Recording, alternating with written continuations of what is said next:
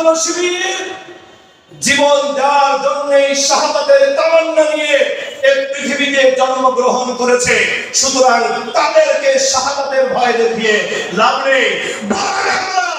ঘুমাতে যাই শাহাদাতের তামান্না নিয়ে, ঘুম থেকে উঠি আবার ঘুমানো পর্যন্ত শাহাদাতের তামান্না নিয়ে ময়দানে ছুটি।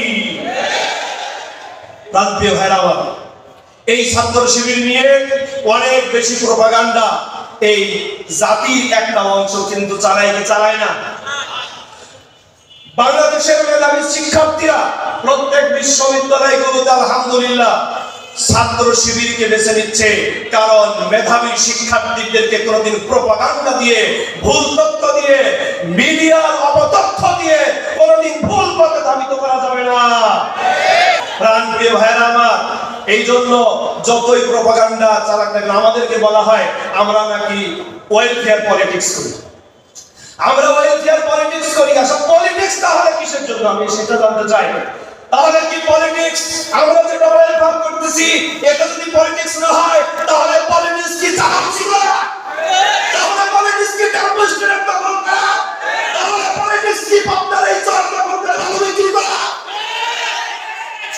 না, প্রিয় ভাইরা আমার, আমরা আমাদের যে লক্ষ্য উদ্দেশ্য নিয়ে প্রতিষ্ঠিত হয়েছে, যে যাই বলুক না কেন সাধারণ শিক্ষার্থীদের অধিকার নিশ্চিতে ছাত্র শিবির ভূমিকা পালন করবে ইনশাআল্লাহ।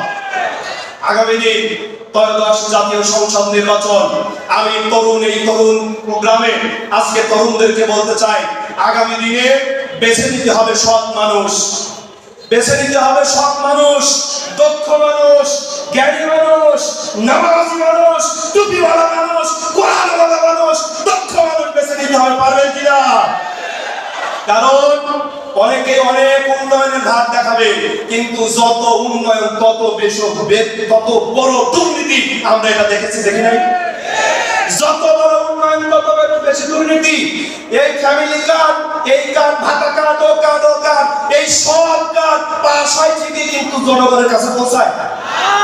সুতরাং এই কার্ড থেকে জাতিকে ভুলিয়ে রাখা যাবে না। সম্মানিত ভাইরা আমার, এজন্য আপনাদেরকে আমি অনুরোধ করতে চাই যে আগামী দিনে সব মানুষ দেখে কোরআনের পক্ষের মানুষকে আমরা আগামী দিনে সংসদে এই পাবনা 5 থেকে পাঠাতে চাই। রাজি আছেন? সম্মানিত ভাইরা আমার, সেজন্য পরিশ্রম করতে হবে, ঘরে বসে থাকলে হবে না। পরিশ্রম করতে হবে, মানুষের দ্বারা দ্বারা সত্যকে পৌঁছায় দিতে হবে, সত্যকে উন্মোচন করে দিতে হবে। যদি আপনারা এটা নিশ্চিত করতে পারে তাহলে আমাদের লক্ষ্যে পৌঁছাতে পারবো ইনশাআল্লাহ। প্রিয় ভাইরা আমার, আমি ধন্যবাদ জানাচ্ছি মোহতারাম কেন্দ্রীয় সভাপতি আমাদের পাবনা জেলা, তার পদচারণা করেছে।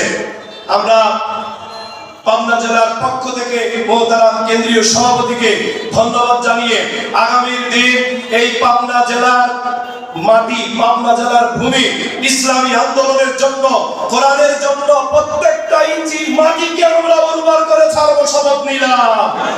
সকলকে ধন্যবাদ জানিয়ে আমার কথা এখানে শেষ করছি। আসসালামু আলাইকুম ওয়া রাহমাতুল্লাহি ওয়া বারাকাতুহু। সম্মানিত উপস্থিতি,